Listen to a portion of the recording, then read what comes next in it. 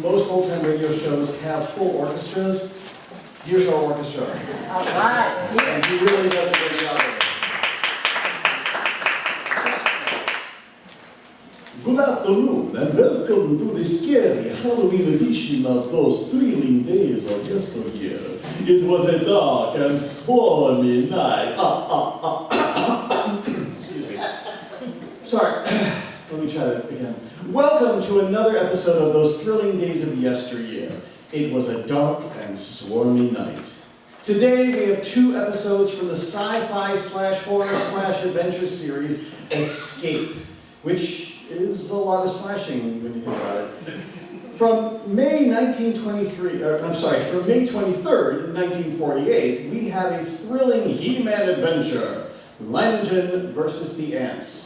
And also, from March 17th, 1950, one of the most famous horror stories in radio history, Three Skeleton Key.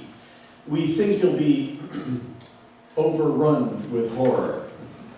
Afterwards, you'll get the joke. Speaking of horror, between episodes, the sophisticated songbird Margie Gustafson will regale us with one of Ernie Kovacs's favorite ditties. But now we will do our best to recreate these 2 shows for you as they were done in their original airing, complete with music, sound effects, and, well, just a few pests and vermin scuttling about. I don't know what to see. So now, you may wish to imagine that you're sitting in a live studio audience anxiously awaiting for their favorite performers to do their thing. Or imagine that you are sitting in the living room with the family all gathered around the old Philco radio, anxiously awaiting for your favorite show to start. For now, we take you back to those thrilling days of yesteryear.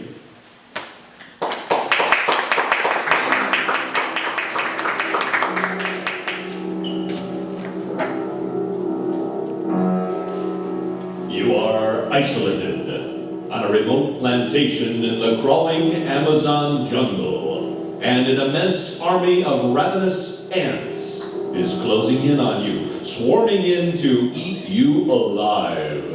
A deadly black army from which there is no escape.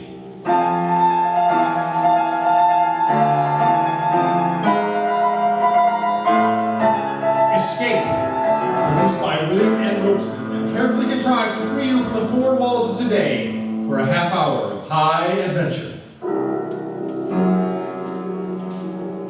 Tonight, we escape to the Amazon jungle and to a creeping, crawling terror, as Carl Stevenson told it in his gripping story, Leiningen versus the Ants.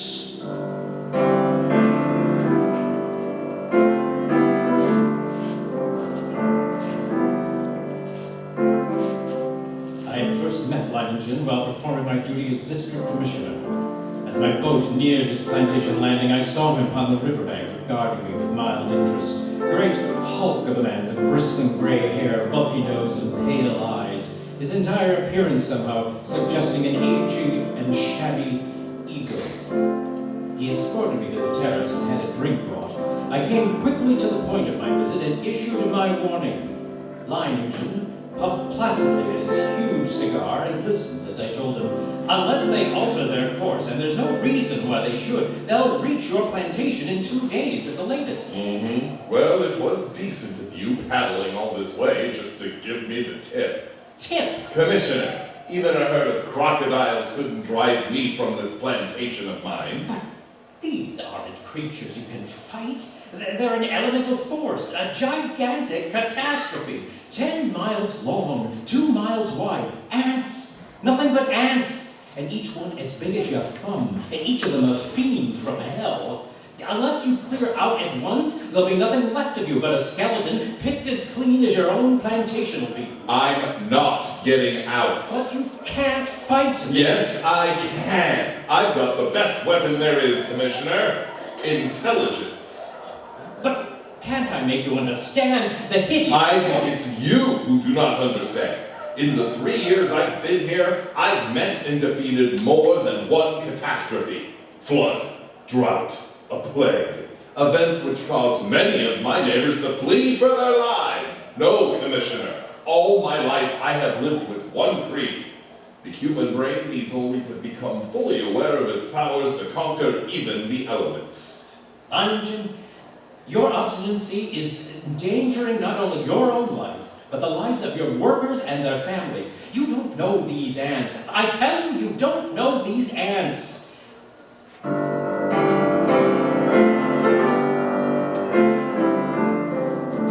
Liningen merely sat there, puffing at his cigar and regarding me with a smug grin, and I knew it was hopeless.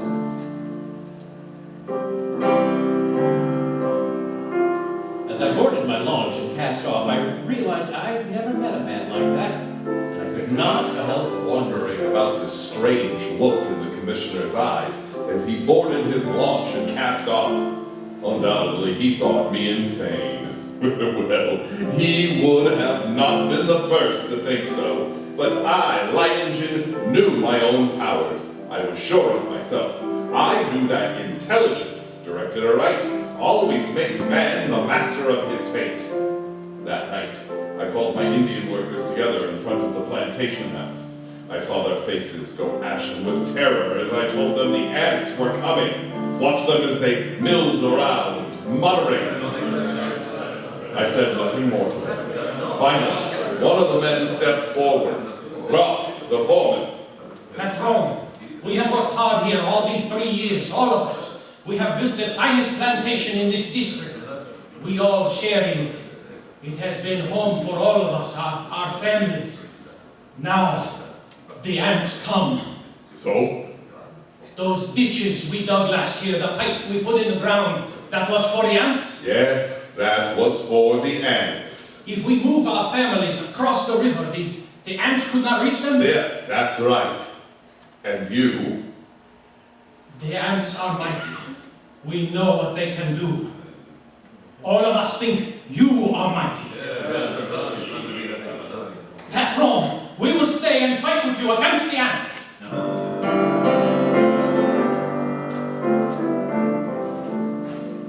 I knew that the men would give me that answer. I counted on it. I thought of the commissioner and wondered what he would say in such unquestioning confidence. Would he still think I was insane? All that Or night, mad? I could not get Liningen out of my mind. One man who calmly evaluated his chances against a deadly menace coolly decided he could win and was willing to stake his life on it, to risk a horrible death for it. It was terrifying, yet it was fascinating. The next morning, I sent for my assistant. Together, we went to the huge map of the district which hung from a wall of my office and checked the last report position of the ants. Last night they reached here, about 70 miles above this fork of the river. Yeah, traveling southeast? Yes. Directly toward Liningen. Toward, who's there? Oh, that plantation at the bend in the river belongs to a man named Liningen. When would you say the ants will reach there? Why, I don't know. I imagine about tomorrow noon. Tomorrow noon. Still time. Still time? What do you mean, sir? Why, nothing.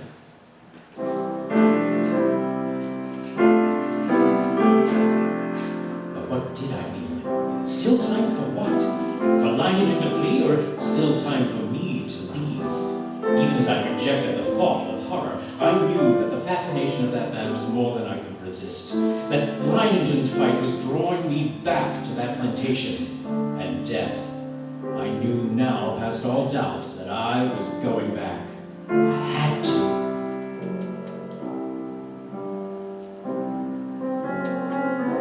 It was 10 o'clock in the morning when I rounded the bend and saw Liningen's plantation before me. I put in at the dock and tied up at the launch. Then I saw him, standing on the bank above me, arms folded, stubby cigar in his mouth, and that same smug grin on his face. I made my way up to him. Well, back with another warning, Commissioner. Oh? Back to stay a while. Yes. You don't seem very surprised. No, I'm not.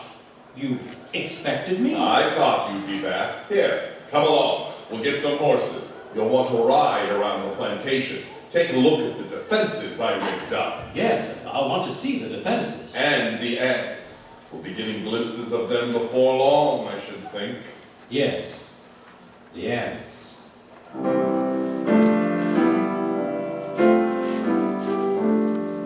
defenses of London and devised were quite impressive. Surrounding three sides of the plantation like a huge horseshoe was a ditch, 12 feet wide. The ends of this horseshoe-shaped ditch ran into the river, which formed the fourth side of the plantation. And at the upriver entrance to the ditch, Lyningen had constructed a dam by which river water would be diverted into the ditch. A large handmade hand wheel controlled the floodgate of the dam. And apparently, Lyningen had ordered it opened immediately after my arrival, for as we now approached the ditch and rode along it, I could see that it was nearly full. So how do you like my first line of defense, Commissioner? It's reassuring, like a moat around a castle. Unless the ants know how to build rafts, they won't reach the plantation. But this is only the outermost. There's a better one than this. Here, come along. We'll go up on the high ground where the buildings are. We can get a view from there. Lyningen. Yes. I didn't see any women or children around the plantation, or any animals. Yes, that's right. Move them across the river. Then even you think there is danger. Not because of danger, Commissioner.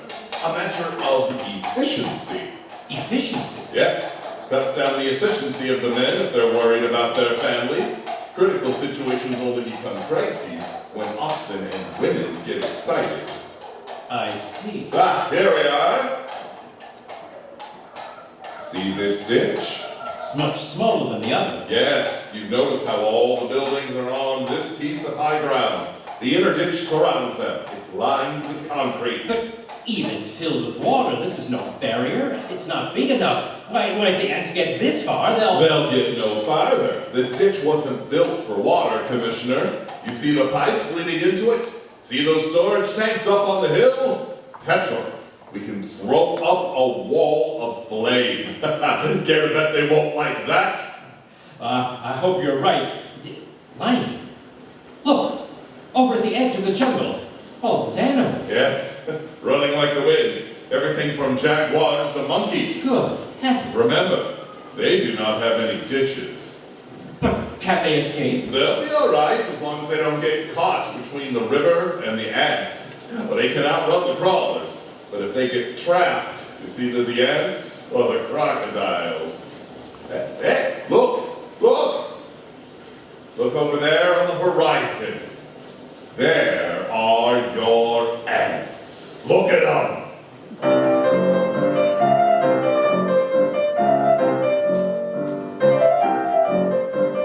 It was a sight I will never forget. Over the range of hills, as far as I could see, crept a darkening hem, ever longer and broader, until the shadows spread across the entire slope. Then downward, uncannily swift, and all the green herbage on the entire slope was being mowed as by a giant sickle, leaving only the vast, moving shadow extending, deepening, and always moving nearer.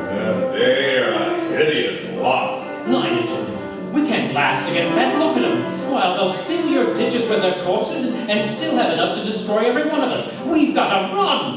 Well, no, they haven't got to us yet, and they never will.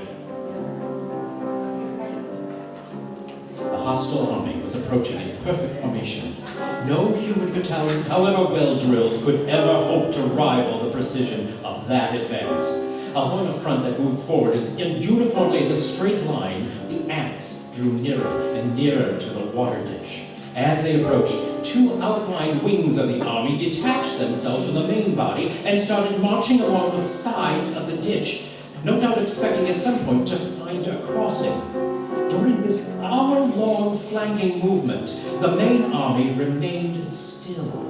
Across the scant 12 feet of ditch, I stared at them, and they stared back at me. A solid mass, every one as big as my thumb, with reddish-black body and long legs. Suddenly, a sound so unearthly as to freeze our blood jerked our heads in the direction of the jungle on the far side of the ditch. coming toward the ditch at a stumbling gallop was a singular being, a writhing, animal-like blackened statue with a shapeless head and 4 quivering feet. It was a stag, covered over and over with ants. Leiningen threw up his rifle, and the stag fell lifeless to the ground, its agonies at an end. Horrified as I was, curiosity impelled me to glance at my watch. I had to know how long the ants would take.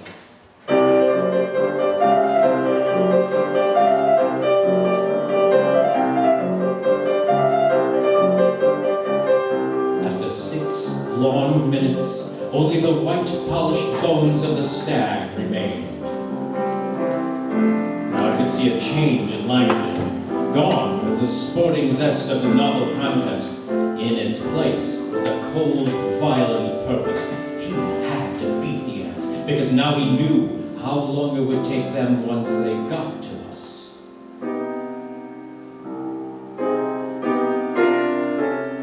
Around 4 in the afternoon, the ants' scouts, having found no crossing, there was a stirring among the main army. And then an immense flood of ants, about 100 yards in width, commenced pouring in a glimmering black cataract down the far slope of the ditch. Thousands drowned instantly, but the rest began using the bodies as bridges. Leiningen immediately swung into action. Ahead! See, Patron, get to the dam. Open the floodgates a little more. We've got to get the water in the ditch moving faster. Si, senor. Look at them drown in the thousands. But they keep coming, even though the current carries many of them away. They're advancing. We'll fix them. Ross! Senor. How about those shovels and petrol sprinklers? You pass them out to the men? Senor, it has been done. Get all hands here in a hurry. This looks like the spot for action. Commissioner. Yes. Getting to see what I was talking about? What do you mean? About intelligence being more than a match for anything it tackles. Take the ants. They've got no intelligence. If they had, they'd have attacked along the whole length of the ditch instead of a narrow front like this. They'd been across by now. Too bad I'm not running their campaign for them. You could joke about it like that, with ants halfway across the ditch? All right, men! Busy with the shovels now! Dump some sand and clods on them. See how they like that? You, with the petrol sprinkler, start pumping. They don't like it, Commissioner. They don't like it a bit. Look at them. Yes, but look at the ones on the far side of the ditch. Whole clumps of them rolling into the water. The rest are using them for bridges. Yes, smarter than I thought. They're wiping their trucks, too. Some of them are getting across. Well, grab a shovel then, Commissioner. Make them regret it. What's the matter? The end of the German, senor. They're on their arms. At the end of the petrol, idiot! Don't use your hands in the petrol! Don't stop now, the rest of you! Climb up! Climb up! We can't permit that, senor. We must not. Keep at it! Keep at it! Don't stop now! Aha! The water's moving faster! Hill's got the floodgates open. Yes, they can't hold their own against the current now. Look at them, Commissioner! The water is carrying them away! We beat them! We won out! It was true.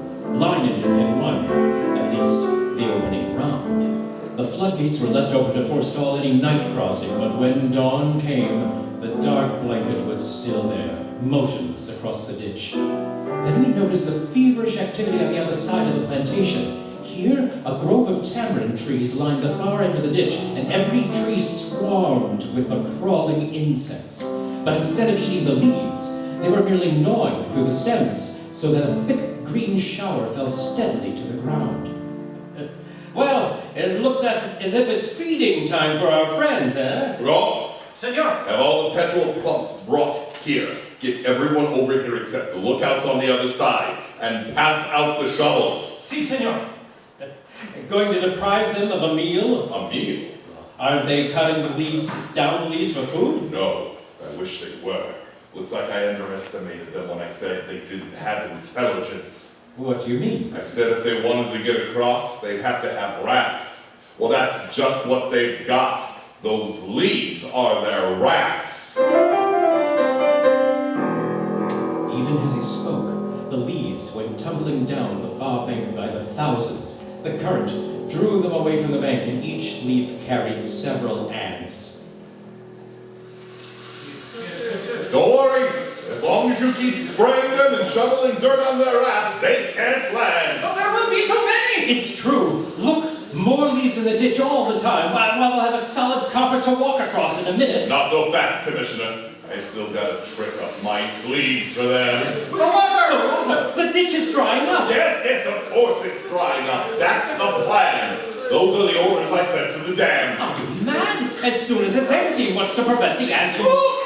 The water's down. It's almost dry. They'll be able to come across the bottom. They'll not make it. The man at the dam will have opened the gates by now. To flood the ants? Right! But what a chance to take. If anything should happen... Aha! Here it comes! Here comes the water! Ha! We'll give it to the crawlers in the ditch to ride in. Right up to the river. There, look at them go!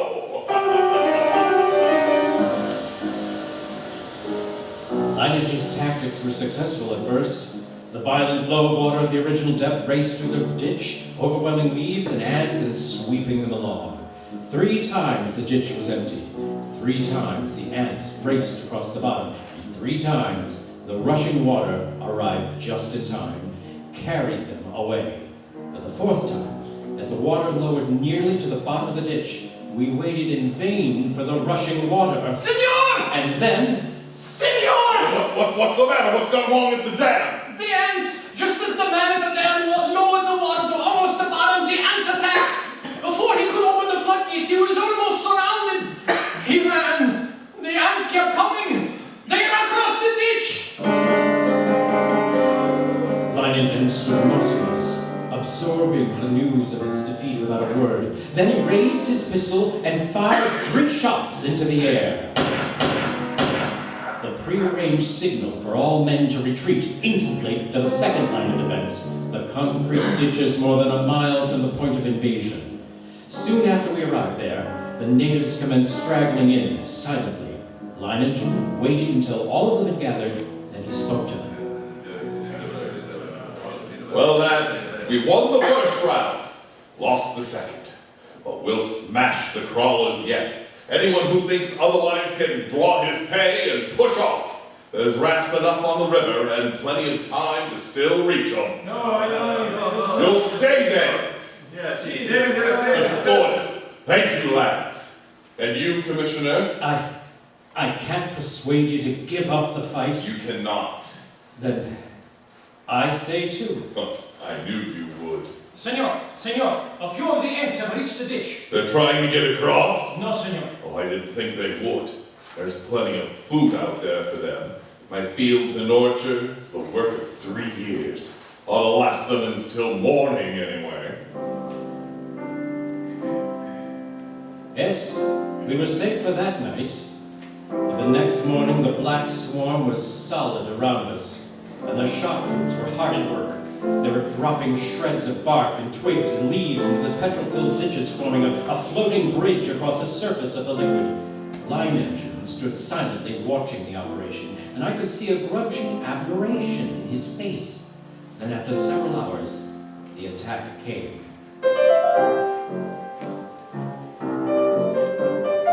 Down the ditch they poured, millions of them, and across the bridge of twigs rapidly approached the inner side. Line engine sat motionless, watching them.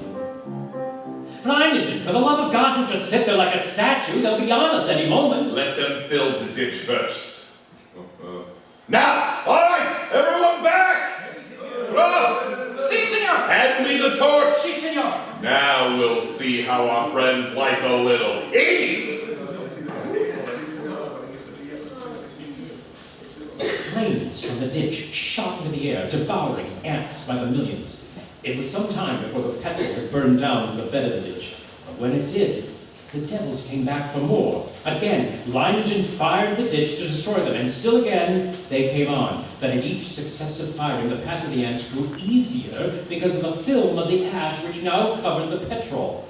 As they returned to the assault, time after time, a slow, sickening horror crept into my brain. I looked quickly at Line Engine, then at the petrol tanks. He read my gaze and nodded slowly. That's right, Commissioner. We could hold them off forever if our supply of petrol was unlimited. But it isn't. We've got enough to fill the ditch once more. Luggage, isn't there any way at all? Well, we got to do something. Yes, I know that there must be a way. Yes! What is it? We'll flood the whole plantation. Flood? But how? The river's highest than at any point, except this high ground we're on now. If the river was dammed all the way, it'd overflow that stone breakwater and flood the whole plantation. We've got to close the floodgate at the dam. That'll do it. You're mad. The dam is more than a mile away. More than a mile away. Lads, listen to me. Listen, lads. I'm proud of you. Now, there's still a chance. By shutting the floodgates to the dam and flooding the whole plantation from the river. The moment I'm over the ditch, set fire to it. That'll allow time for the flood to wash away the ants. Then all you have to do is wait for me. It's impossible. You can't get to the dam, let alone back. That's where you're wrong, Commissioner. I'll get there and I'll get back. Take care of things while I'm gone, huh?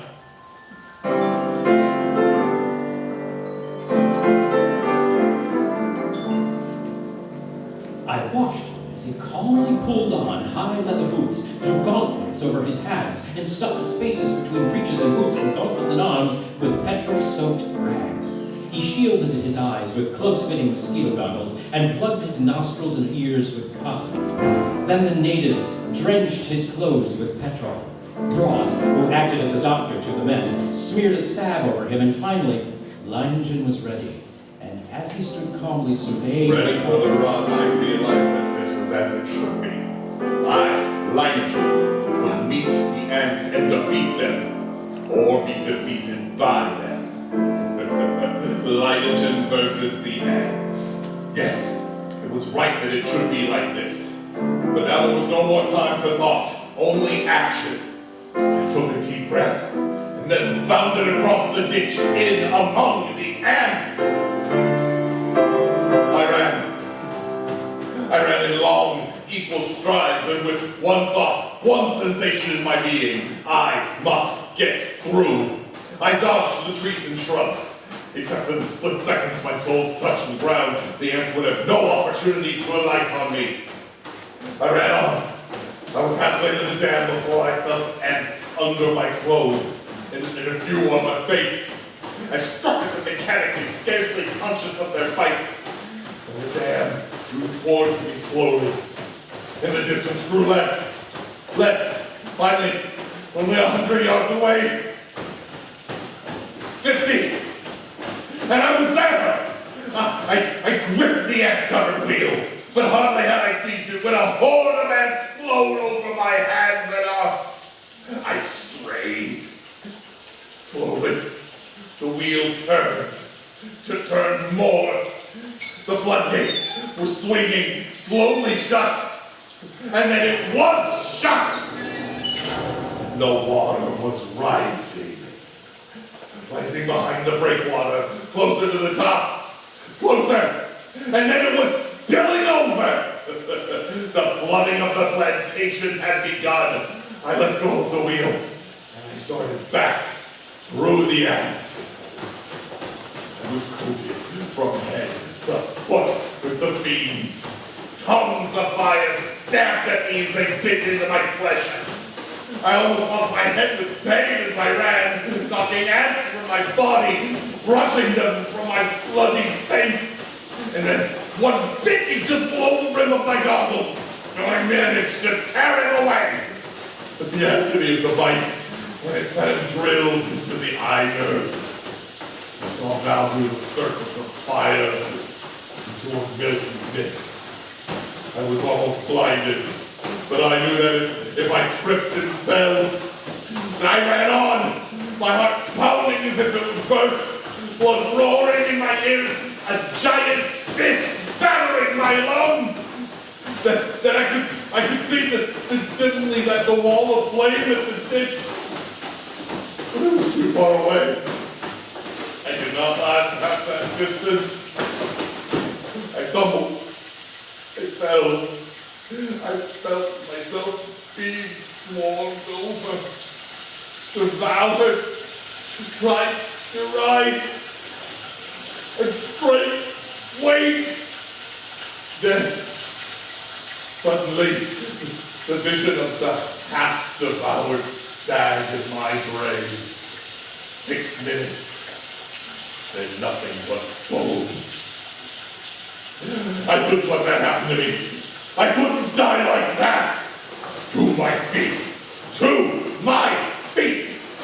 Drag myself forward, towards the flame. The ditch. The ring of flames. Closer now. Oh, a little closer. We waited for hours, and all at once, with a blazing ring around us, an apparition hurtled and fell full length on the ground. It was Leiningen, alive with ants and unconscious, with glazing eyes and lacerated face. We rushed to him, stripped off his clothes, and tore at the ants that covered him. His body seemed almost one open wound. In some places, the bones were showing.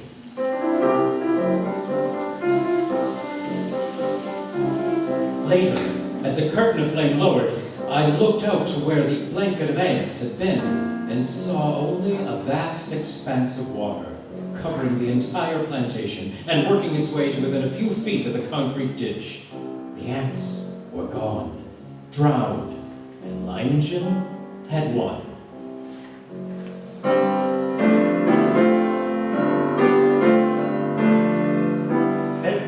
He lay on his bed, his body swathed from head to foot with bandages, but alive and still in command. Everything in order. Everything's in order. I told you I'd come back. Even if I am a bit streamlined.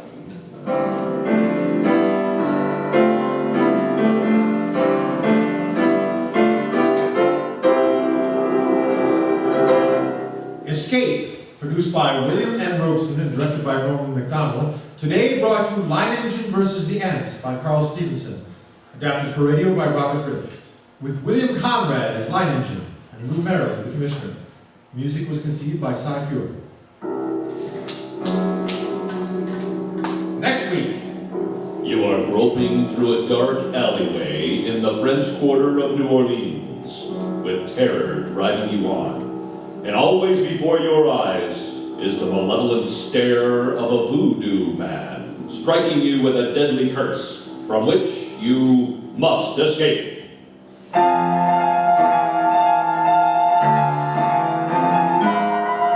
Next week, we escape with William Irish's eerie story of a voodoo-haunted band leader, Papa Benjamin. Good night then, until the same time next week, when we again offer you Escape. This is CBS, the Columbia Broadcasting System.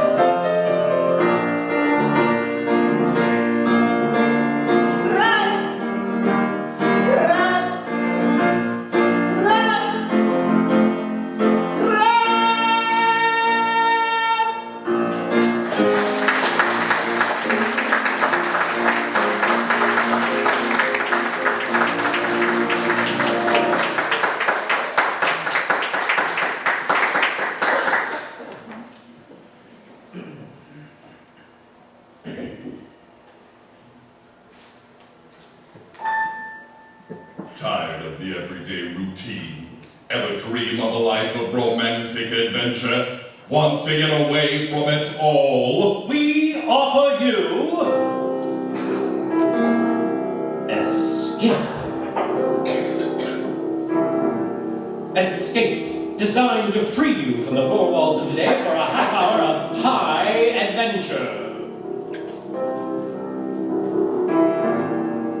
Tonight, we escape to a lonely lighthouse off the steaming jungle coast of French Guiana and a nightmare world of terror and violence as we bring you again, in response to hundreds of requests, 3 Skeleton Key, starring Vincent Price.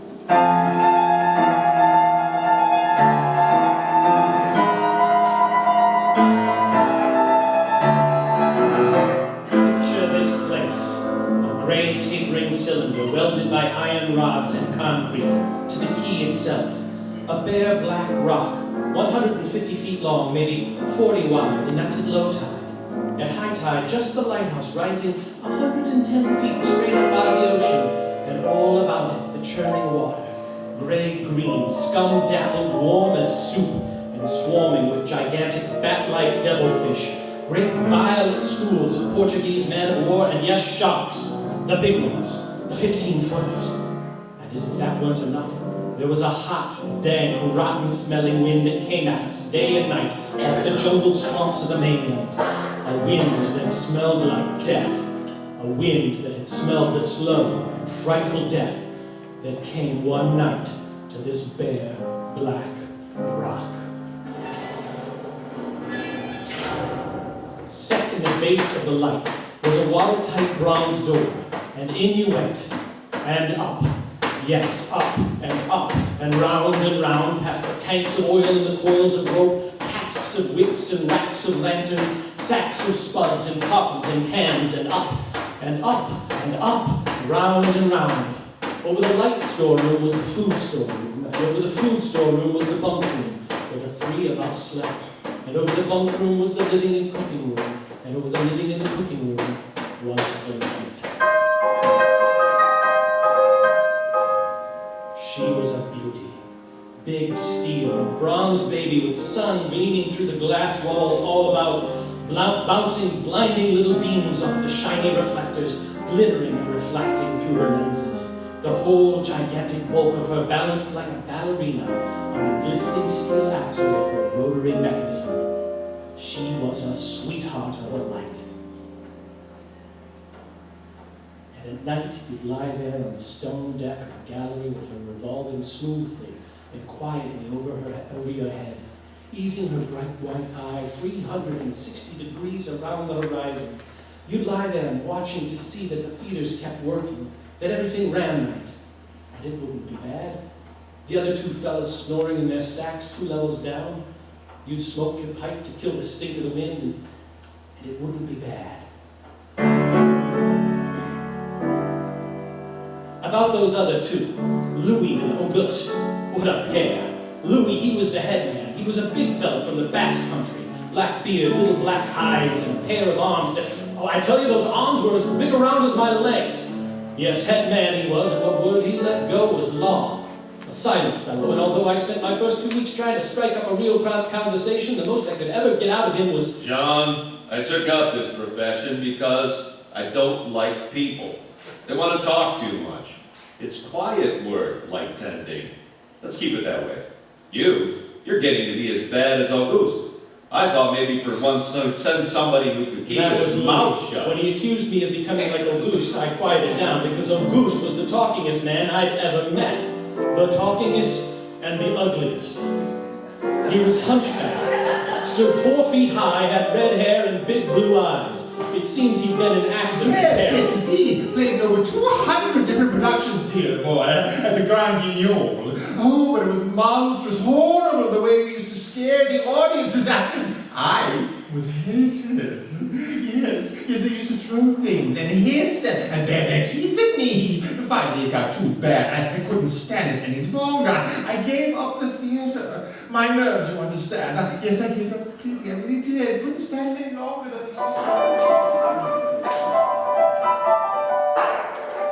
It all started one morning at 2:30. I was on watch, laying on the cool stone deck, pulling on my pipe, staring out at the blackness, the phosphorescent corners and the big yellow stars. And out of the corner of my eye, I noticed something show up for a second. Something the light had touched far off. I waited for her to come around again, and when she did, there it was. A three-master, a big one, about a half a mile off and coming down out of the northwest, coming straight for us. Well, you must understand, our light was there for a reason, a very good reason. Dangerous submerged reefs surrounded us and ships kept clear. But this one, this sailing vessel was coming straight on.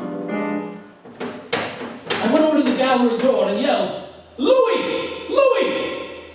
Couldn't understand it. I waited for the light to come around again. What is it? Ship headed for the reef! Coming right up.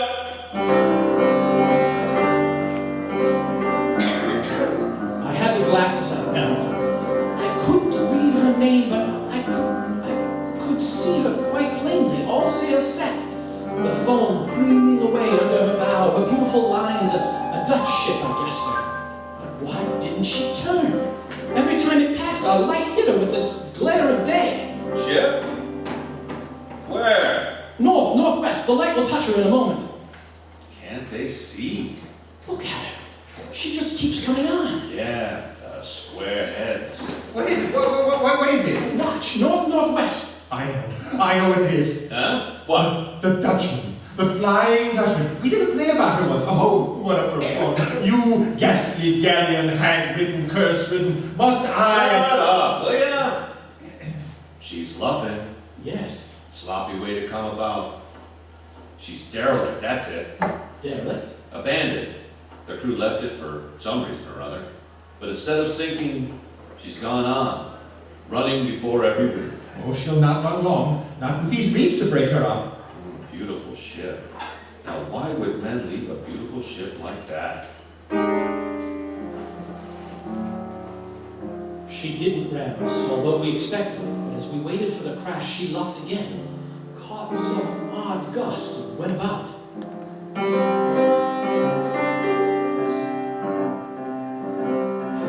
We watched her the rest of those black hours, heeling and rocking, pushed and pulled by every stray wind, every freak current. Watched her until the dawn came, until the sea turned from black to a pearly gray, and on she came again, heading for us. We all had our glasses trained on her now. August, you killed the light. Right, Chief. She doesn't look so good by daylight. Think she'll ground this time? What? I say, do you think she'll ground this time? This is impossible. Absolutely impossible. What? Here, take my glasses. They're better than yours. All right. What is it you're... I had to focus, and then my breath froze in my throat. The decks were swarming with a brown carpet that looked like a gigantic fungus, but undulating. And on the masts and yards, the guys and all were hundreds, no thousands, no millions, I don't know, an endless number of enormous rats. See them? Yes, I see them. Now we know why she's derelict. Yes. Now we know. What are you doing? Here, give me a look. Yes, give him the glasses. Take a look, chatterbox. Give you something to talk about. She's still heading for us. Yes. If she's going to turn, she better do it soon. Suppose she doesn't. You mean suppose she just piles up on the quay? It's low tide. Yes. Yes, it is. Now, where's all your conversation now, August, huh? Here, want the glasses again? Want another look? No! She's still coming on. Go away! Go away! Turn, will you? Turn, I say! I pray you, turn! She's cracking up! The rats! Look! On the water, like a carpet! They're swimming. Sure they're swimming. Those are ship's ants, rats. But they're swimming for the rocks. The door below! It's open! Come on! Down we went, racing down the stone stairs, taking them 3 and 4 at a time. Scared? You bet we were scared. August! You get the windows. Maybe they can climb. We don't know. Right, Chief, but hurry! Hurry! Look, see them? No. Oh, yes, I do. Up at the other end of the rock. Look at them. Millions. They smell us. Here they come. Close the door. Can't! It's stuck! Here, let me. Close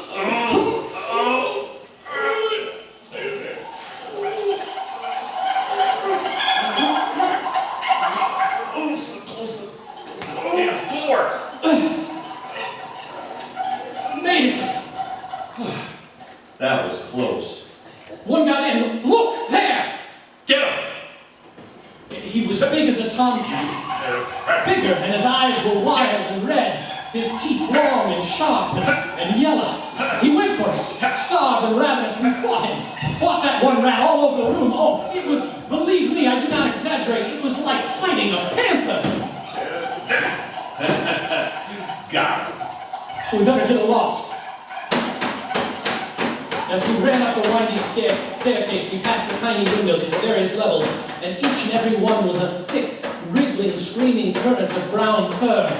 I was ahead of Louis, and I dreaded each successive level. Suppose they'd found their way in. Look at them! Will you look at them? It's a nightmare. Will you look at them? The air of the gallery was thick and fetid with the stink of them. The light was dim, brown, filtered through the crawling mass that swarmed all over the glass about us. We could not see the sky, nothing but them.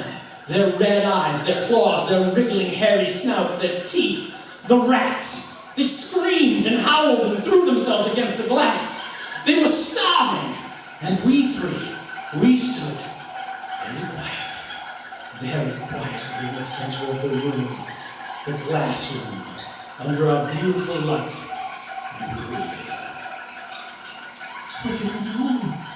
What can we do, Chief? Take it easy, old man. Take it easy. I can't. I just can't. It won't do any good to just stand there and shake. Yeah, that's right. Anybody want a cigarette? Yes, I'll have one. Thank you. Good boy. You gotta keep calm about this thing. Here's a light. They don't like the fire, do they? Guess not. Give me another match. Oh, you don't like that much, do you, rats? Don't rile them, August. Give me some more matches. Strike them until they get scared and go away. They won't go away. Not until... Finish it, Chief. Not until what? Not until they've been fed.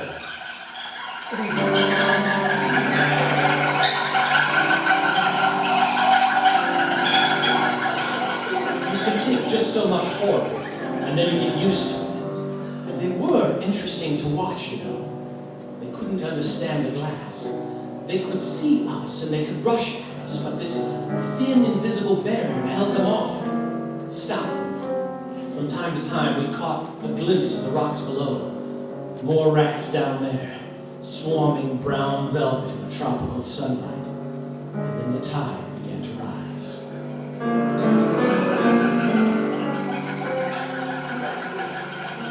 If only it would drown some of them. Ship's rats don't drown.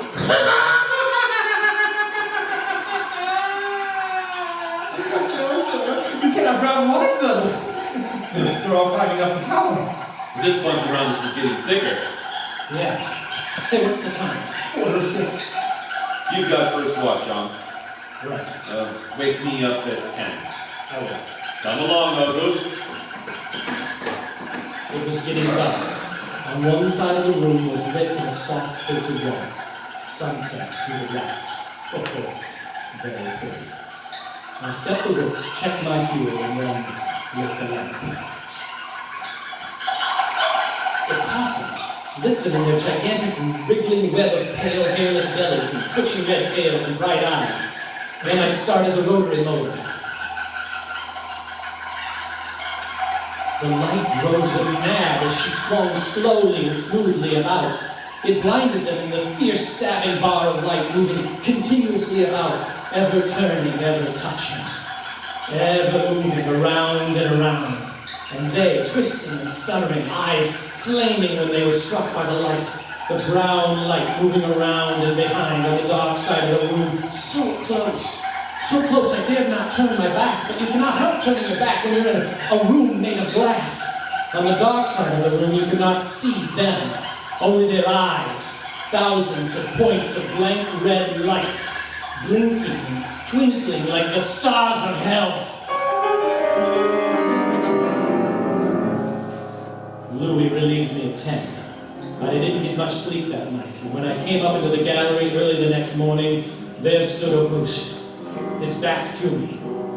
He was bowing to the rats, waving his arms and making a speech. My dear, dear audience, I'm going to play once again that magnificent role which made me the toast of the Paris theatre. Prelate, the evil genius of the medieval underworld.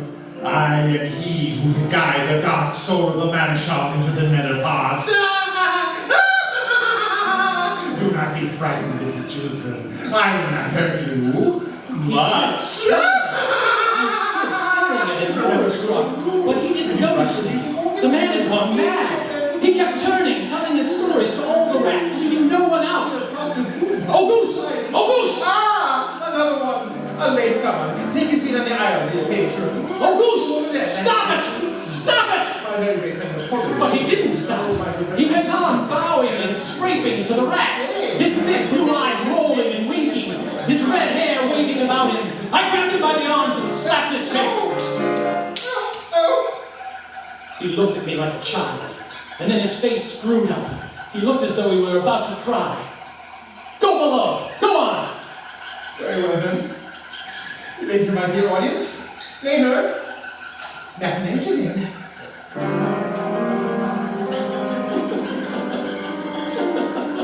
Sure, he was crazy, but I guess we all were. A few hours later, he came back up and caught Louis and me teasing the rats. Yes, sounds horrible. It was fun.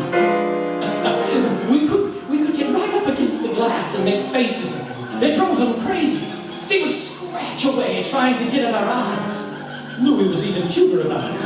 He'd pull up a piece of bread out of his pocket and press it against the glass. Well, the rats would scramble into a ball, a solid ball, biting each other and clustering like grapes. From time to time, the whole knot of them would slip and fall 110 feet to the surface below. Look at the sharks! They're eating them. Yeah, the sharks are our friends. Here, I'll get another bunch together. Here, my beauties. That's it. Pile up, kill each other. There they go. Auguste joined in too. Oh, very ingenious Auguste. He learned that if he spread-eagled himself on the glass, they'd bunch and bundle against his figure. And then he'd leap back. Look, my portrait in rats. It went on all day. And then I was lying in bed. It was about midnight. I was very tired, and I was just beginning to fall off to sleep when I became conscious of a new sound. I couldn't figure it at first. I got up and lit the lamp and went to the window. Even as I looked at it, I saw one of the panes begin to sag in. They had eaten away at the wood. Louis, come quick! What is it? They found a way in! I held the glass with my hand. Now they were all going crazy, and assured of the success of this maneuver, they were all nibbling away at the wood. Louis ran below and then returned with a large sheet of tin. We spread it against the window, hammering it into place. Even as we did so, we felt heavy bodies thudding against the other side as the window gave way. That ought to hold. Well, if it doesn't, we're done for. Rats can't eat tin. No, they can't. What was that? I don't know. It came from below. The storeroom. Window. Oh no. They're in. They're swarming up the stairs. Drop the trap. Right. But two of them got in. Let's go after them. We didn't have to go after them. They came at us. I leaped to one side and grabbed a marlin spike, swung and smashed one in midair. I whirled to see Louis with the other. It had ripped his hand open and the blood was pouring all over the place. He held his hand aloft and kicked at the snarling rat. I stepped in and swung and got him. My hand! He got my hand! That's both of them, Louis. I'll get you something to tie that up. Blood! Look at it! It's my blood! I'm bleeding! Don't worry. Don't worry about it, Louis. Look, here, I'll wind this handkerchief around it. It'll be okay. Blood! There. It's not bad, just a flesh wound. And then I became conscious of another new sound. They were gnawing their way through the wooden trapdoor. I watched the wood fascinated, and even as I did, it began to give way. A bristling, whiskery nose showed through. Louis, we've got to go up. The next level is the living quarters and the kitchen. I slammed the trapdoor there too, but it too was wood. My blood? What are you gonna do? I don't know. They'll be through this one in a moment. The gallery. The trapdoor in the gallery is metal. Good, come on. Made it. We lay across the trapdoor, exhausted, while below us the rats took over the entire tower. I could hear them howling, fighting over our food supply, our water, our leather. And all about us, the others screamed and glared at us, swayed in the tangled mass, hypnotized by the ever-turning light. By morning, the air in the little room was horrible. Until now, we'd been getting air from the tower below. Now that was sealed off, and so was all our food and water. We lay exhausted, panting, waiting. The hours crawled on. I was almost dozing from fatigue when I saw a sight that brought me too fast. Would you like to come in, my beauty? Would you? I hold the powers of life and death, and I can let you in with all. Okush was standing by the glass, and in one hand he held a wrench. He was tapping the glass gently, not quite hard enough to break it. I eased myself to my feet, and slowly, very slowly, tiptoed toward him. All I had to do was tap just a little harder. I found a coil of wire in the toolkit, and I trussed him up, fastened him to a stanchion in the center room. Louis was of no help. He lay on his side, looking at his bloody hand, weak and sick as a baby. So there I was, a lunatic and a coward for company, and all about, watching our little drama, the rats. The day dragged by. The supply boat wasn't due for another 12 days. I don't know what they could have done if they had come. We had only one way of summoning them, and that was to shoot off the stress rockets. But the rockets were 4 floors below. Even if they'd been right there in the gallery, I couldn't have opened the window to fire them. That night I tended the light when its flame was devouring our oxygen. The following day, we lay thirst torment, starving, waiting. On the following night, I again tended the light with a small supply, a spare wicking we cut in the gallery had become exhausted, and quite suddenly, about midnight, the light went out.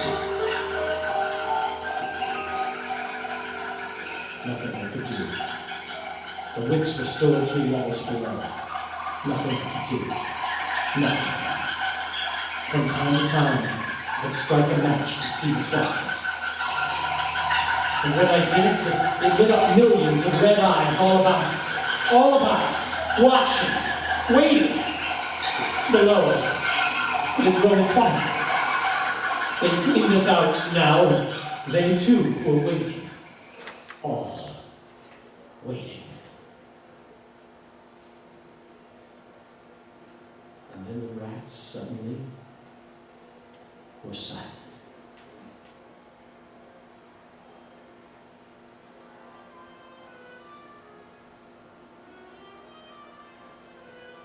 And then I heard it. And then I saw the sky and the stars. The rats were gone. I went to the glass. Out there in the water, a small freighter, a banana boat, showing a few lights, came softly and innocently at us. The light was out. They didn't know. I wanted to open the window and call out to them, to warn them somehow, but I was afraid. What if the rats were hiding from me, tricking me? So I waited. She grounded very softly on the reef, not 200 yards from the quay. Grounded so gently that the man playing the cornet, was he a passenger or a crewman or watch? Didn't even stop playing. They tried washing her back off. I could have told them to save their fuel. The tide was rising, would have floated her free. And I waited.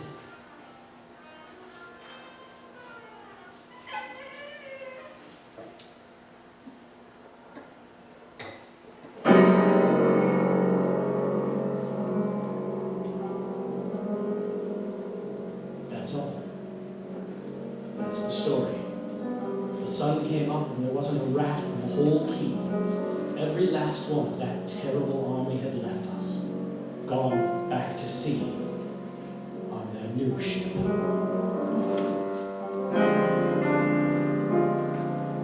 Auguste, insane asylum. He never recovered. And Louis, they took him to Cayenne where he died of blood poisoning from his bite. Oh yes, well, that's the whole of it. And now, if you'll excuse me, I must go set my traps. No, mouse traps. No rats in this lighthouse. I should say not.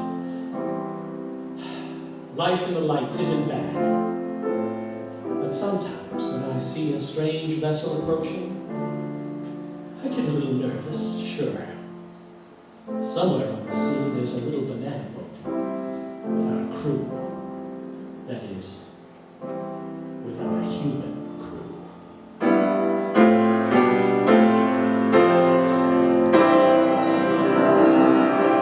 Escape is produced and directed by William N. Robeson. Tonight we have presented Three Skeleton Key by George Deduce, adapted for radio by James Poe and starring Vincent Price as Jean.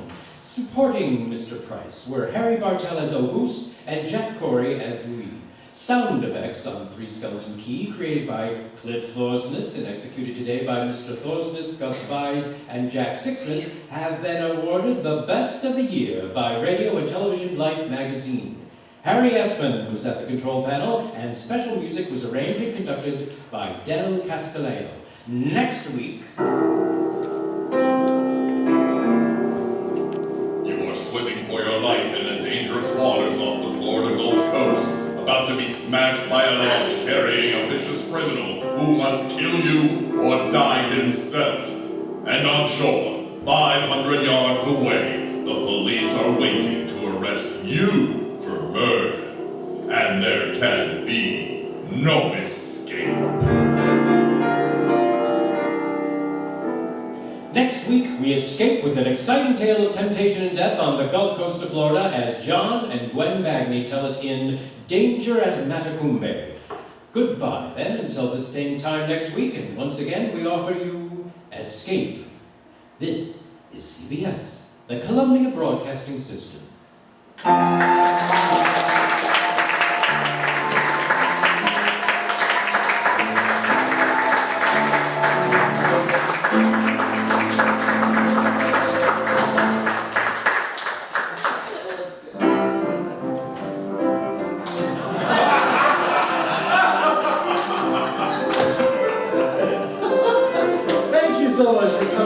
show one more time. And now, hopefully you remember, the next time you hear some strange sounds outside your window, and you look out and you see a swarm of something coming towards you, our advice is not to stick around, but as our show suggests, do your best to escape. And if you do, then please join us for our next show, which kicks off our season of celebrating women. As you might have noticed, this show is basically all men in the cast, as was most of old-time radio, very male-featured. However, it's important to recognize that there were some amazing women on the air too, and not just celebrities, but great characters in series. So in November, we visit the dark and insidious world of crime. Murders have been committed, and it's going to take a detective with guts, street smarts, and amazing detective skills to find the killers and bring them to justice. And while you think that they may only be solved by men like Sherlock Holmes, Pat Novak, and Sergeant Friday, get ready to meet some amazing women like Phil Coe, policewoman Mary Sullivan, and Candy Madsen. Yes, join us next month, November 12th at 2 o'clock right here as we take a look at some amazing dame detectives in gumshoes and high heels. But now, the cast of those thrilling days of yesteryear. John Corona as the commissioner and the announcer who isn't Paul Frees. John Dingle as Dewey, worker one, and the announcer who is Ray Ryan. Martin Gustafson as the sophisticated songbird. Jay Power as John Ross and worker three. Steve Schroeder as Lamington and the announcer who is Paul Frees. As a Bruce Commission's assistant, worker two, and the announcer who isn't William Conrad.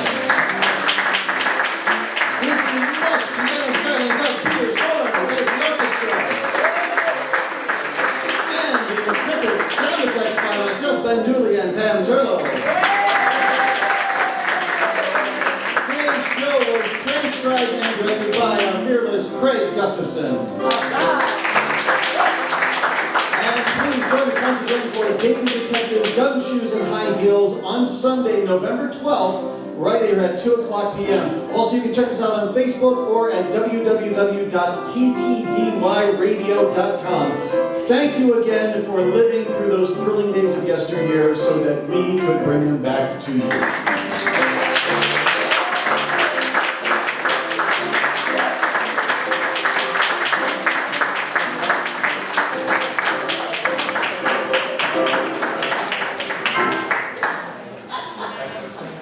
So thank you all so much. Of course, as always is the case, we have juice and cookies out in the lobby, plus also some Fannie Mae candy if you really feel like you want to take something home with you. And we'll see you on November 12th. Thank you.